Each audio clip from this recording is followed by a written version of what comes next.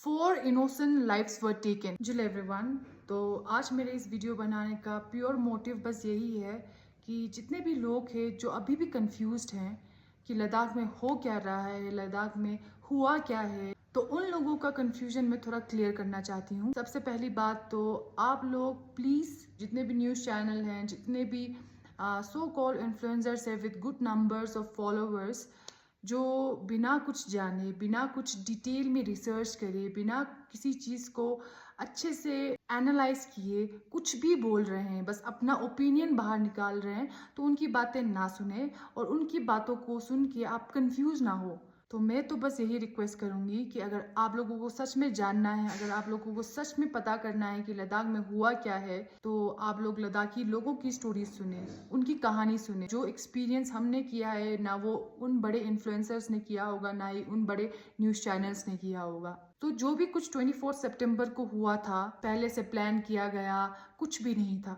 जो भी कुछ हुआ है वो बस इमीडिएट था, वो रिएक्शन था इतने टाइम से अंदर जो फ्रस्ट्रेशन थी लोगों की, जो बिल्डअप हो रखी थी, फ्रस्ट्रेशन, गुस्सा, जो डिसअपॉइंटमेंट, ये सारी चीजें जो बिल्डअप हो रखी थी इतने सारे सालों से, तो बस उसका आउटबर्स्ट था। हर चीज का एक रूट कॉज और एक इमीडिएट कॉज होता है। रूट कॉज तो आप लोगों को पता ही होगा कि इतने सालों से, 4-5 सालों से गवर्नमेंट की झूठे वादे थे, अनफुलफिल्ड प्रोमिसेस थी, उनको फिर से याद दिलाने के लिए, उन प्रोमिसेस को पूरा करवाने के लिए लद्दाख के लोग का सोनम वांगचुक के साथ पीसफुल प्रोटेस्ट कर रहे थे, जिसमें हंगर स्ट्राइक भी हुआ था, जिसमें पद यात्रा भी हुई थी लद्दाख से लेकर दिल्ली तक की। इतने सारे कोशिशों के बाद भी जब सारा कुछ असफल हुआ, कोई भी गुड रिस्पॉन्स नहीं मिल रहा था गवर्नमेंट की तरफ से, तो फिर से लोगों ने सोचा कि हम फिर से अनशन पे बैठेंगे, फिर से हंगर स्ट्राइक करेंगे। शायद इस बार गवर्नमेंट को कुछ समझ आ जाए, शायद गवर्नमेंट हमारी डिमांड्स पूरी करे, जो कि थी 6 शेड्यूल और स्टेटहुड की।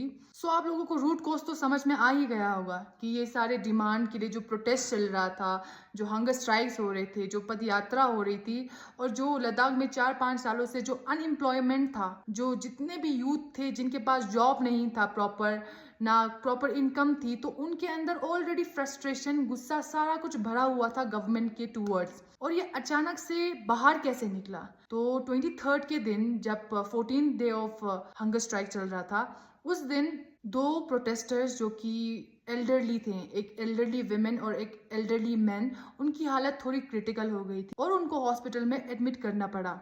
तो उस दिन जो गुस्सा था वो ज्यादा बढ़ गया। That was the immediate cause of anger in the youth. लोगों को काफी ज्यादा गुस्सा आया कि सिचुएशन इतनी सीरियस हो चुकी है, तब भी गवर्नमेंट की तरफ से कुछ पॉजिटिव रिस्पॉन्स आ नहीं रहा है। तो इसीलिए 23 के दिन लोगों ने ये डिसाइड किया कि 24 को, यानी कि अगले दिन जो है, लोग काफ़ी बड़े नंबर में, काफ़ी बड़े संख्या में प्रोटेस्ट रैली चलाएंगे, peaceful protest rally. Now moving on to the next day 24 सितंबर, जिस दिन बहुत सारे यूथ, जैसे कहा जा रहा है कि it is a Gen Z protest. To be honest, it was not only a Gen Z protest. Of course protesters जो थे वो मेजोरिटी जेंजी वाली थी, लेकिन still there were elderly womens, there were elderly mens जो कि उस प्रोटेस्ट का हिस्सा थे। तो 24 के दिन जब वो लोग प्रोटेस्ट करते करते पहुंचे थे काउंसलर्स ऑफिस के बाहर, तो प्रोटेस्ट करते करते, जो कि बहुत ही पीसफुली चल रहा था, लोग बस थे नारेबाजी कर रहे थे, स्लोगन्स बोल रहे थे, डिमांड कर रहे थे 6 शेड्यूल का। तो उस टाइम पे सीआरपीएफ वालों और जो प्रोटेस्टर्स थे उनके बीच में थोड़ी नोक-झोंक हो गई और फिर स्मोक ग्रेनाइड का यूज किया गया। तो इस तरीके से 24 सितंबर को जो है, जो सिचुएशन थी वो थोड़ी सीरियस हो गई सीआरपीएफ और प्रोटेस्टर के बीच में, और उस बीच में पत्थरबाजी हुई, स्मोक ग्रेनेड्स फेंके गए, टीयर गैस फेंके गए, विच इज़ एक्सेप्टेबल। चलो ठीक है, क्योंकि क्राउड को कंट्रोल करने के लिए कुछ मेजर्स होते हैं जो कि कुछ एक्सटेंट तक सीआरपीएफ वालों को या फिर कोई भी आर्म फोर्स हो उनको अलाउड होता है, ठीक है।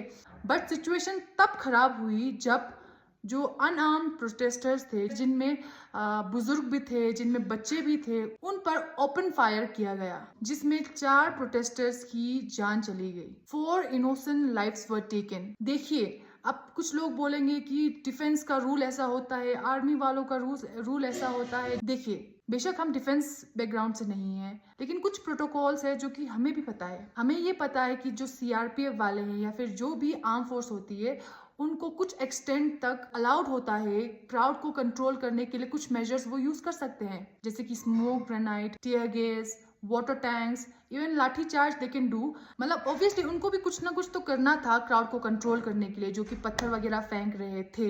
बट जब उन्होंने ओपन फायर किया लोगों पे, उनका मोटिव तो ये होना चाहिए था ना कि ऐसे भी करके बिना सिविलियंस को हार्म पहुंचाए, बिना उनको नुकसान पहुंचाए, बिना उनकी जान को नुकसान पहुंचाए, कैसे वो लोग क्राउड को कंट्रोल कर सकते हैं, कैसे जो अफरा तफरी मची है उसको कंट्रोल कर सकते हैं।